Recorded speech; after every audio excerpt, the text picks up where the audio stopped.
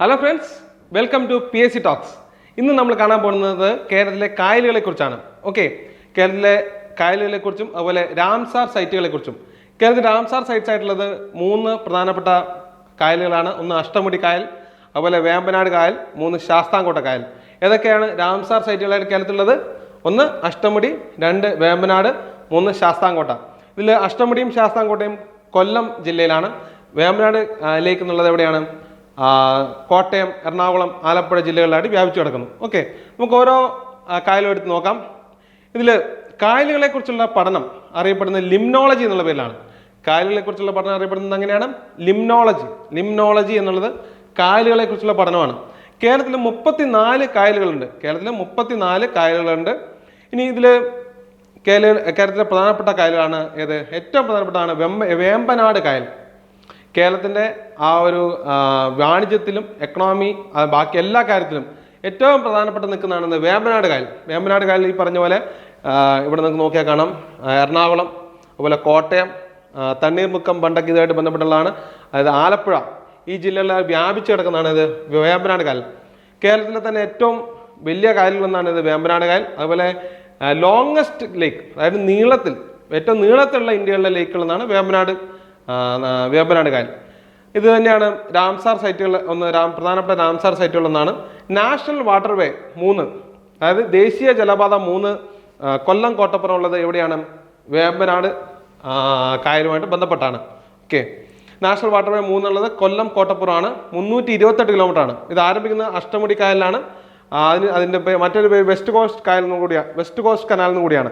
അതായത് ഇവിടെ അഷ്ടമുടി കായലിൽ ആരംഭിച്ച് കൊല്ലത്ത് ആരംഭിച്ച് പിന്നീട് അത് ആലപ്പുഴ ഏരിയയിലൂടെ എറണാകുളം അങ്ങനെ കോട്ടപ്പുറം വരെ പോകുന്ന ഒരു ജലപാതയാണിത്, നാഷണൽ വാട്ടർവേ 3.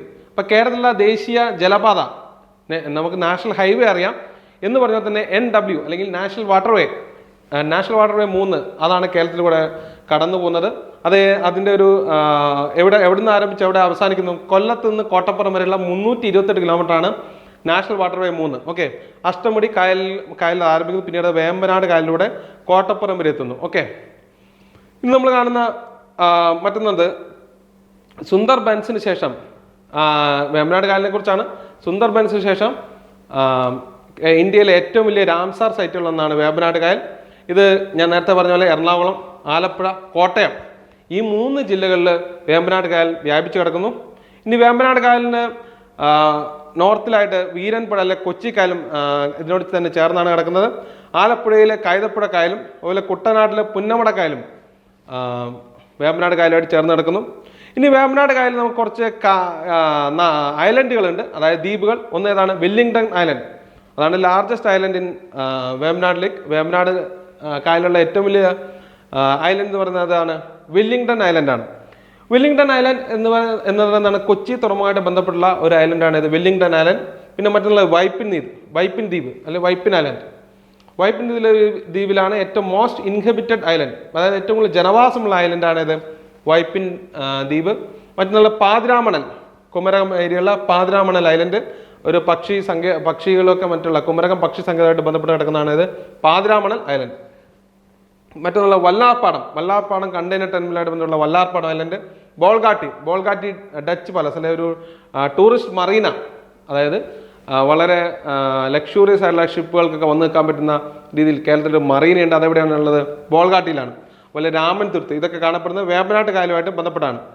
വേമ്പനാട്ട് കായലിലുള്ള തുറമുഖമാണ് ഇത് കൊച്ചി തുറമുഖം നിർമ്മിച്ചത് ആരാണ്? റോബർട്ട് ബ്രിസ്റ്റോ എന്നുള്ള സായിപ്പാണ്. പാതിരാമണലാണ് ഏറ്റവും വലിയ ഇതിലുള്ള കായലുകൾ. ഈ കായൽ, അത് വേമ്പനാട്ട് കായലിലുള്ള ഏറ്റവും വലിയ ദ്വീപുകളിലൊന്ന് അല്ലെ ഐലൻഡിലൊന്ന് പാതിരാമണലാണ്. അതുപോലെ ഞാൻ നേരത്തെ പറഞ്ഞ വൈപ്പിൻ ദ്വീപാണ് മോസ്റ്റ് പോപ്പുലേറ്റഡ് ഐലൻഡ് അല്ലെങ്കിൽ ഏറ്റവും ജനവാസമുള്ള ഐലൻഡുകളെന്നാണ് വൈപ്പിൻ ദ്വീപ്. പിന്നീട് നമ്മൾ കാണുന്നതാണ് ആലപ്പുഴ ജില്ലയിൽ പുന്നമട കായലുണ്ട്. പുന്നമട കായലും വേമ്പനാട് കായലുമായിട്ടൊക്കെ ചേർന്ന് കിടക്കുന്നതാണ്. അപ്പോൾ അവിടെ ഉള്ള 2 പ്രധാനപ്പെട്ട നിർമ്മിതികളുണ്ടെന്ന് തണ്ണീർമുക്കം ബണ്ട്, അതുപോലെ തോട്ടപ്പള്ളി സ്പിൽവേ. തണ്ണീർമുക്കം ബണ്ട് നിർമ്മിച്ചതിനാണ് കുട്ടനാട്ടിലെ സലനിറ്റി, അതായത് അവിടെയുള്ള ഉപ്പുവെള്ളം അവിടെ പ്രവേശിക്കുന്നത് കുട്ടനാട്ടിലെ ആ ഒരു ഫാമുകളിലേക്ക് അല്ലെങ്കിൽ അവിടെയുള്ള ഫീൽഡിലേക്ക് ഉപ്പുവെള്ളം പ്രവേശിക്കുന്നത് തടുക്കാൻ വേണ്ടിയാണ് തണ്ണീർമുക്കം പണ്ട് സൃഷ്ടിച്ചത്. തോട്ടപ്പള്ളി സ്പിൽവേ കുട്ടനാട്ടിലെ വെള്ളപ്പൊക്കം ഒഴിവാക്കാൻ വേണ്ടിയാണ് തോട്ടപ്പള്ളി സ്പിൽവേ നിർമ്മിച്ചത് 1954.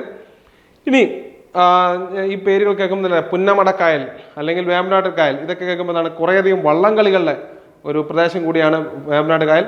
ഒന്ന്, നെഹ്റു ട്രോഫി വള്ളംകളി. പുന്നമടക്കായലിലാണ് നെഹ്റു ട്രോഫി വള്ളംകളി നടക്കുന്നത്. അതുപോലെ തന്നെ വേമ്പനാട് കായലിലേക്ക് വന്നു ചേരുന്ന നദികൾ ഏതൊക്കെ? ഇതും പലപ്പോഴും PSC പരീക്ഷയിൽ ചോദിച്ചിട്ടുള്ളതാണ്.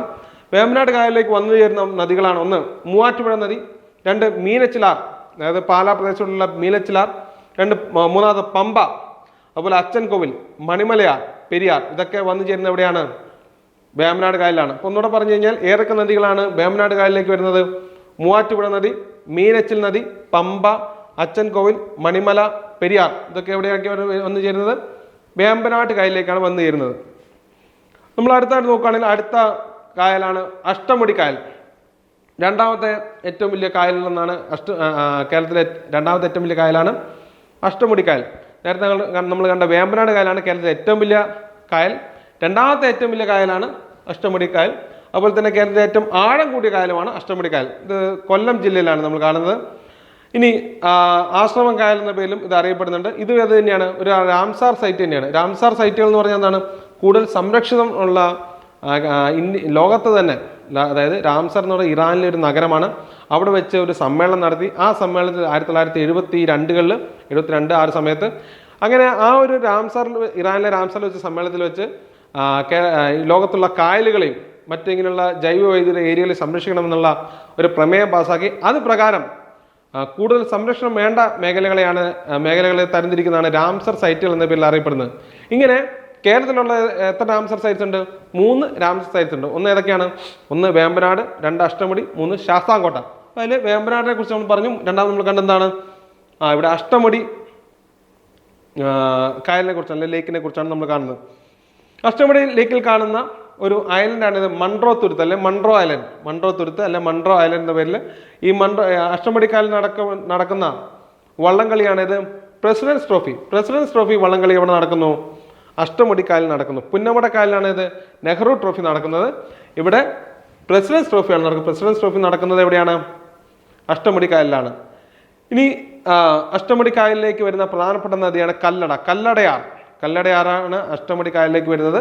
മൺട്രോ തുരുത്തിൻ്റെ ഒരു ഫോട്ടോയാണ് നമ്മൾ കാണുന്നത്. ഓക്കെ, ഇനി ഈ ഒരു അഷ്ടമുടി കായൽ അല്ലെങ്കിൽ മൺട്രോ തുരുത്തുമായിട്ട് ബന്ധപ്പെട്ട് നമ്മൾ പെട്ടെന്ന് ഓർമ്മയിലേക്ക് വരുന്ന മറ്റൊരു ആക്സിഡന്റ് ഏതാണ്? പെരുമൺ റെയിൽവേ ദുരന്തം. 1988 നടന്ന കേരളത്തിലെ ഭീകരമായിട്ടുള്ള ഒരു ട്രെയിൻ ദുരന്തങ്ങളൊന്നാണ് പെരുമൺ റെയിൽവേ ദുരന്തം. ഓക്കെ, അഷ്ടമുടി കായലിലേക്കാണ് പെരുമൺ പാലമുള്ളത് അഷ്ടമുടി കായലിന് മുകളിലാണ്. അത് തകർന്നുകൊണ്ട് ഒരു റെയിൽവേ ദുരന്തം ഉണ്ടായത് 1988. ഓക്കെ, ഇനി മൂന്നാമത്തെ പ്രധാനപ്പെട്ട കായൽ അല്ലെങ്കിൽ ലേക്കാണ് ഇത് ശാസ്താംകോട്ട. അപ്പം നമ്മൾ കണ്ട 2 ഏതൊക്കെയാണ്? ഒന്ന് വേമ്പനാട് കായൽ കണ്ടു. അതുപോലെ രണ്ടാമത് നമ്മൾ കണ്ടത് അഷ്ടമുടി കണ്ടു. ഇപ്പോൾ നമ്മൾ കാണാൻ പോകുന്നത് ശാസ്താംകോട്ട. ഇതും എവിടെ തന്നെയാണ്?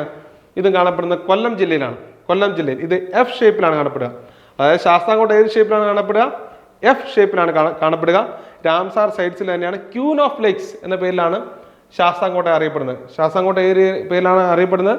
ക്യൂൻ ഓഫ് ലേക്സ്, കായലുകളുടെ റാണി എന്ന പേരിൽ അറിയപ്പെടുന്നത് ഏതാണ്? ശാസ്താംകോട്ടയാണ്. പെട്ടെന്ന് നമുക്ക് വേണമെങ്കിൽ ചിന്തിക്കാം, കായലുകളുടെ റാണി എന്ന പേരിൽ അറിയപ്പെടുന്നത് ഏറ്റവും വലുത് ഏതാണ്? വേമ്പനാട് കായലാണ്. ചിലപ്പോൾ അതാണ് നമുക്ക് ഒരു ചിന്ത വരാം. കാരണം അറബിക്കടലിന്റെ രാജ്ഞി എന്ന പേരിൽ അറിയപ്പെടുന്നത് കൊച്ചിയാണ്. അപ്പോൾ കൊച്ചി ഏതിനോട് ചേർന്ന് നടക്കുന്നതാണ്? വേമ്പനാട് കായലിനോട് ചേർന്ന് നടക്കുന്നതാണ്. അപ്പോൾ അങ്ങനെ വരുമ്പോൾ കായലുകളുടെ റാണി എന്ന പേരിൽ അറിയപ്പെടുന്നത് വേമ്പനാട് കായലാണെന്നുള്ള തെറ്റിദ്ധാരണ നിൽക്കുന്നുണ്ടാവും. പക്ഷെ അങ്ങനെയല്ല. കായലുകളുടെ റാണി അല്ലെ ക്യൂൻ ഓഫ് ലേക്സ് എന്ന പേരിൽ അറിയപ്പെടുന്നത് ശാസ്താംകോട്ട.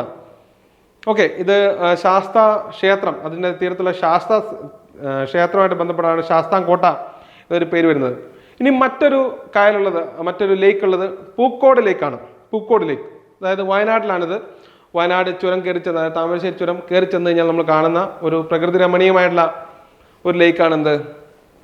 പൂക്കോട് ലേക്ക്. ഓക്കെ, പൂക്കോട് ലേക്ക് എന്നുള്ളത് കേരളത്തിൻ്റെ ഏറ്റവും ചെറിയ ഫ്രഷ് വാട്ടർ ലേക്കാണ്. കേരളത്തിലെ ഏറ്റവും ചെറിയ ശുദ്ധജല തടാകമാണ് ഇത് പൂക്കോട് ലേക്ക്. ഇത് കബനി നദിയൊക്കെ അതിൻ്റെ ഉത്ഭവം എന്ന് പറയുമ്പോൾ അതുമായിട്ട് ചേർന്ന് നിൽക്കുന്ന ഒരു പ്രദേശമാണ് പൂക്കോട് ലേക്ക്. വയനാട്ടിലാണ് നമ്മൾ കാണുന്നത്. ഇനി നമ്മൾ കാണുന്ന മറ്റൊന്നാണ് വെള്ളയാണി കനാൽ. വെള്ളയാണി കനാൽ അതായത് ഏറ്റവും താഴെ southern most lake of Kerala എന്ന പേരിൽ അറിയപ്പെടുന്നത് എന്താണ്? വെള്ളയാണി കനാലാണ്. നമ്മൾ നേരത്തെ കണ്ടിരുന്നു southern most wild life sanctuary. Okay, southern most wild life sanctuary, അതായത് ഇതിന്റെ മുന്നേ മറ്റൊരു വീഡിയോ ആണ്, നിങ്ങൾക്ക് പോയി കാണാം. കേരളത്തിലെ വനം വന്യജീവി സങ്കേതങ്ങളായിട്ട് ബന്ധപ്പെട്ട് അതിൽ ഞാൻ പറയുന്നത് നാഷണൽ പാർക്കുകളെ കുറിച്ച് പറയുന്നുണ്ട്, കേരളത്തിലെ വൈൽഡ് ലൈഫ് സാങ്ച്വറി അതായത് വന്യജീവി സങ്കേതങ്ങളായിട്ട് പറയുന്നുണ്ട്, കേരളത്തിലെ ഏക കമ്മ്യൂണിറ്റി റിസർവിനെ കുറിച്ച് പറയുന്നുണ്ട്, അതുപോലെ ബയോസ്ഫിയർ റിസർവ്സിനെ കുറിച്ച് പറയുന്നത്. അതായത് കേരളത്തിലെ മുഴുവൻ വനം വന്യജീവി സങ്കേതവുമായിട്ട് ബന്ധപ്പെട്ട എല്ലാ കാര്യങ്ങളും അതിൽ ഉൾക്കൊള്ളിച്ചുകൊണ്ട് നിങ്ങൾക്ക് ആ വീഡിയോ ഈ യൂട്യൂബ് ചാനൽ തന്നെ കാണാവുന്നതാണ്. ഓക്കെ, മറ്റുള്ള വെള്ളയാണി കനാലാണ് കേരളത്തിലെ സദേൺ മോസ്റ്റ് ലേക്കുകൾ എന്നാണ്, അല്ലെങ്കിൽ ഫ്രഷ് വാട്ടർ ലേക്കുകൾ എന്നാണ് Vellayani canal. Okay, Ayyankali boat race നടക്കുന്ന എവിടെയാണ്? വെള്ളയാണി കനാലിലാണ്. അയ്യങ്കാളി ബോട്ട് റേസ് നടക്കുന്നത് വെള്ളയാണി കനാലാണ്. വെള്ളയാണി കനാൽ എന്ന് പറയുന്നത് തിരുവനന്തപുരം ജില്ലയിലാണ് അത് കാണുന്നത്. ഇനി മറ്റൊന്ന് നമ്മൾ കാണുന്നത് ഉപ്പള ലേക്കാണ്, ഉപ്പളക്കായലുള്ള കാസർഗോഡാണ്. ഇപ്പോൾ കേരളത്തിലെ നോർത്തേൺ മോസ്റ്റ് ഏറ്റവും മുകളിൽ കാണുന്ന കായൽ അല്ലെ ലേക്കാണിത് ഉപ്പളക്കായൽ. ഏറ്റവും താഴെ അല്ലെ സദേൺ മോസ്റ്റ് എന്ന പേരിൽ അറിയപ്പെടുന്നത് എന്താണ്? വെള്ളയാണി കനാൽ. അതെവിടെയാണ്? വെള്ളയാണി കനാൽ എവിടെയാണ്? തിരുവനന്തപുരത്താണ്. ഇപ്പോൾ ഏറ്റവും മുകളിലുള്ളത് എവിടെയാണ്? ഉപ്പളക്കായലാണ്, അത് ഏറ്റവും മുകളിലായിട്ട് വരും. ഇനി മറ്റുള്ളത് പെരിയാർ തടാകം. പെരിയാർ തടാകം ഒരു മനുഷ്യനിർമ്മിത തടാകമാണ്, പ്രകൃതിദത്ത തടാകമല്ല. മുല്ലപ്പെരിയാർ ഡാം അല്ലെ ഇടുക്കി ഡാമുമായിട്ട് ബന്ധപ്പെട്ട് കിടക്കുന്ന ഒരു തടാകമാണ് പെരിയാർ തടാകം അല്ലെ പെരിയാർ ലേക്ക്. പെരിയാർ വന്യജീവി സങ്കേതം ഇതുമായിട്ട് ബന്ധപ്പെട്ടൊക്കെയാണ് ആ ഒരു പെരിയാർ ലേക്ക് കിടക്കുന്നത്. ഇനി ചേറ്റുവ കായൽ, തൃശ്ശൂർ ജില്ലയിലാണ് ചേറ്റുവ കായൽ കാണുന്നത്. ചേറ്റുവ കായൽ എന്നുള്ളത് എവിടെയാണ്? തൃശ്ശൂർ ജില്ലയിലാണ്. തൃശ്ശൂർ ജില്ലയിലെ മറ്റ് കായലുകളാണ് ഏനമാക്കൽ, അതുപോലെ മാങ്കൊടി കായലുകളൊക്കെ. ഇനി എറണാകുളം ജില്ലയിലാണ് വാരാപ്പുഴ, കൊടുങ്ങല്ലൂർ കായലുകളുണ്ട്. അത്ര പ്രാധാന്യമുള്ളതല്ല, അതുകൊണ്ടാണ് ഇവിടെ പേരുകൾ മാത്രം എഴുതിയിരിക്കുന്നത്. മലപ്പുറം ജില്ലയിൽ നമ്മൾ കാണുന്നതാണ് ബി എം കായൽ. പൊന്നാനി ഏരിയയിൽ കാണുന്നതാണ് ബി എം കായൽ. ഓക്കെ, ഇതിനെക്കുറിച്ച് മായ്ക്ക് വിശദീകരണങ്ങൾ നമ്മളിവിടെ കാണേണ്ട കാര്യമില്ല, ഇത് എവിടെയാണെന്ന് അറിഞ്ഞിരുന്നാൽ മതി. മലപ്പുറം ജില്ലയിൽ കാണുന്ന കായലാണ് ബി എം കായൽ. ഇനി കണ്ണൂർ ജില്ലയിൽ കവായ് കായൽ എവിടെയാണ്? കവായ് ലേക്ക് അല്ലെ കവായ് കായൽ കണ്ണൂർ ജില്ലയിലാണ്. വളപട്ടണം പുഴയാണ് അതുമായിട്ട് ബന്ധപ്പെട്ട് കിടക്കുന്നത്. വളപട്ടണം പുഴയായിട്ട് ബന്ധപ്പെട്ട് കിടക്കുന്ന കായലാണ് കവായ് കായൽ. അതായത് സുൽത്താൻ കനാലാണ് കവായ് കായലിനെയും അതുപോലെ വളപട്ടണം പുഴയും ബന്ധിപ്പിക്കുന്നതാണ് സുൽത്താൻ കനാലാണ്. ഓക്കെ, ഇനി തിരുവനന്തപുരം ജില്ലയിലുള്ള കായലുകൾ പറയുകയാണെങ്കിൽ അവിടെ ഉള്ളതാണ് ഒന്ന് വേലിക്കായൽ എന്നാണ് തിരുവനന്തപുരം ജില്ലയിൽ. അതുപോലെ പാർവതി പുത്തനാർ കനാലും തിരുവനന്തപുരം ജില്ലയിൽ തന്നെയാണ്. ഇനി ശുദ്ധജല തടാകങ്ങൾ ഏതൊക്കെ? ശുദ്ധജല തടാകങ്ങൾ നിങ്ങൾ നോക്കുകയാണെങ്കിൽ ഇത് ആ രീതിയിൽ നമുക്ക് ചിന്തിക്കാം. ശുദ്ധജല തടാകങ്ങളുണ്ട്, അതുപോലെ ഉപ്പുവെള്ളം കയറുന്ന തടാകങ്ങളുണ്ട്. അതായത് കടലുമായിട്ട് ബന്ധപ്പെട്ട് കിടക്കുമ്പോൾ അവിടെ ഉപ്പുവെള്ളം, അതായത് സലൈൻ ലേക്സ് അതും ഉണ്ട്. ഓക്കെ, അതിൽ കേരളത്തിലെ ഫ്രഷ് വാട്ടർ ലേക്സ് ഒക്കെ ഏതൊക്കെ? ഒന്ന് ശാസ്താംകോട്ട തടാകം, വെള്ളയാണി തടാകം കേരളത്തിലെ സദേൺ മോസ്റ്റ് ആയിട്ടുള്ള വെള്ളയാണി തടാകം, പൂക്കോട് തടാകം അതായത് വയനാട്ടിലുള്ള പൂക്കോട് തടാകം, അതുപോലെ ഏനമാക്കൽ ലേക്ക് തൃശ്ശൂരിലുള്ളത്, അതുപോലെ മാങ്കൊടി ലേക്ക് തൃശ്ശൂരിലുള്ളത്. ഇങ്ങനെ 5 ലേക്കുകളാണ് ഫ്രഷ് വാട്ടർ അല്ലെ ശുദ്ധജല തടാകങ്ങളായിട്ട് കേരളത്തിലുള്ളത്. ഏതൊക്കെ? 1 ശാസ്താംകോട്ട, 2 വെള്ളയാണി, 3 പൂക്കോട്, 4 ഏനമാക്കൽ, 5 മാങ്കൊടി. ഓക്കെ, ഇനി നമ്മൾ കാണുന്ന മറ്റൊന്നുള്ളത് കുറച്ച് തുരുത്തുകളും മറ്റുമാണ്. ഒന്ന് കാക്കത്തുരുത്ത് എന്ന പേരിൽ അറിയപ്പെടുന്നത് ആലപ്പുഴ ജില്ലയിലാണ്. കാക്കത്തുരുത്ത് എന്ന പേരിലുള്ള ഒരു പ്രദേശം, അതായത് കായലുമായിട്ടുള്ള ബന്ധപ്പെട്ട പ്രദേശമാണ് ഇത് അറിയപ്പെടുന്നത്. ഇനി കേരളത്തിലെ വെറ്റ്ലാൻഡ് എന്നുള്ളത് എന്താണ്? തണ്ണീർത്തട ദിനം എന്നാണ്? ഫെബ്രുവരി 2 തണ്ണീർത്തട ദിനം. തണ്ണീർത്തട ദിനം എന്നുള്ള തണ്ണീർത്തട സംരക്ഷണ നിയമം എന്ന പേരിൽ അറിയപ്പെടുന്നത് ഫെബ്രുവരി 2 കാരണം അന്നാണ് രാംസാർ വെറ്റ്ലാൻഡ് കൺവെൻഷൻ അല്ലെ രാംസാർ തണ്ണീർത്തട സംരക്ഷണ പ്രമേയം പാസ്സാക്കിയത് അന്നാണ്. അതുകൊണ്ടാണ് ഫെബ്രുവരി 2 എന്നുള്ള പേരിൽ അത് അറിയപ്പെടുന്നത്. ഓക്കെ, അതായത് കേരളത്തിലെ പ്രധാനപ്പെട്ട കായലുകളെ കുറിച്ചൊക്കെ ഞാൻ പറഞ്ഞിരുന്നു. അപ്പോൾ അതിനെ ഒന്ന് ക്രോഡീകരിക്കുകയാണെന്നുണ്ടെങ്കിൽ ഏറ്റവും വലിയ തണ്ണീർത്തടം അല്ലെങ്കിൽ കായൽ എന്ന പേരിൽ അറിയപ്പെടുന്നതാണ് വേമ്പനാട് കായലാണ്. സെക്കൻഡ് ലാർജസ്റ്റ് ഏതാണ്? അഷ്ടമുടി കായലാണ്. ശുദ്ധജലത്തിലെ ഏറ്റവും വലിയതാണ് ശാസ്താംകോട്ട കായലാണ്. അതുപോലെ തന്നെ ഇന്ന് നമ്മൾ കേരളത്തിലെ കനാലുകളെ കുറിച്ച് നോക്കാം. കുറച്ച് കനാലുകൾ. ഒന്ന് പൊന്നാനി കനാൽ ഭാരതപ്പുഴയായിട്ട് ബന്ധിപ്പിക്കുന്ന കനാലാണ് പൊന്നാനി കനാൽ. അതുപോലെ പാർവതി പുത്തനാർ എന്നുള്ള തിരുവനന്തപുരം ജില്ലയിലാണ്. കഠിനകുളം അതുപോലെ വേളി കായലുകളെ ബന്ധിപ്പിക്കുന്നതാണ് ഇത് പാർവതി പുത്തനാർ എന്നുള്ള കനാൽ. ഇനി മറ്റുള്ളത് പയ്യോളി കനാൽ കോഴിക്കോട് ജില്ലയിലാണ്. അതുപോലെ കോഴിക്കോട് ജില്ല മറ്റൊരു പ്രധാനപ്പെട്ട കനാലാണ്, കോഴിക്കോട് നഗരത്തിലുള്ള പ്രധാനപ്പെട്ട കനാലാണ് കനോലി കനാൽ, കനോലി സാഹിബിന്റെ പേരിൽ. ഇനി സുൽത്താൻ കനാൽ ഞാൻ ഓൾറെഡി പറഞ്ഞു. അത് കവായ് കായലിനെയും വളപട്ടണം പുഴയും ബന്ധിപ്പിക്കാൻ വേണ്ടിയാണ് സുൽത്താൻ കനാൽ. ഇതെവിടെയാണ്? ഇത് കണ്ണൂർ ജില്ലയിലാണ്. ഇനി വള്ളംകളി കേരളത്തിലെ പ്രധാനപ്പെട്ട വള്ളംകളികൾ ഏതൊക്കെ, അത് ഏത് പ്രദേശത്താണ്, ഏത് കായലിലാണെന്നുള്ളതാണ്. കുറേയൊക്കെ നമ്മൾ പറഞ്ഞു കഴിഞ്ഞു. ഓക്കെ, നമുക്കൊന്നുകൂടെ നോക്കുവാണെങ്കിൽ വള്ളംകളികൾ, അതായത് ചുണ്ടൻ വള്ളംകളി, ആ ഒരു വള്ളംകളികളെ കുറിച്ചുള്ള മേജറായിട്ടുള്ള വള്ളംകളികളാണ് നമ്മൾ കാണാൻ പോകുന്നത്. ആറന്മുള വള്ളംകളി എന്നുള്ളത് പത്തനംതിട്ടയിലാണ്. ഏറ്റവും ആറന്മുള പാർത്ഥസാരഥി ക്ഷേത്രമായിട്ട് ബന്ധപ്പെട്ടുള്ള ഒരു വള്ളംകളിയാണിത്. ആറന്മുള ഉത്രാട്ടാതി വള്ളംകളി. രണ്ടാമത് ചമ്പകുളം വള്ളംകളി തന്നെ കുട്ടനാട്ടിലാണ്.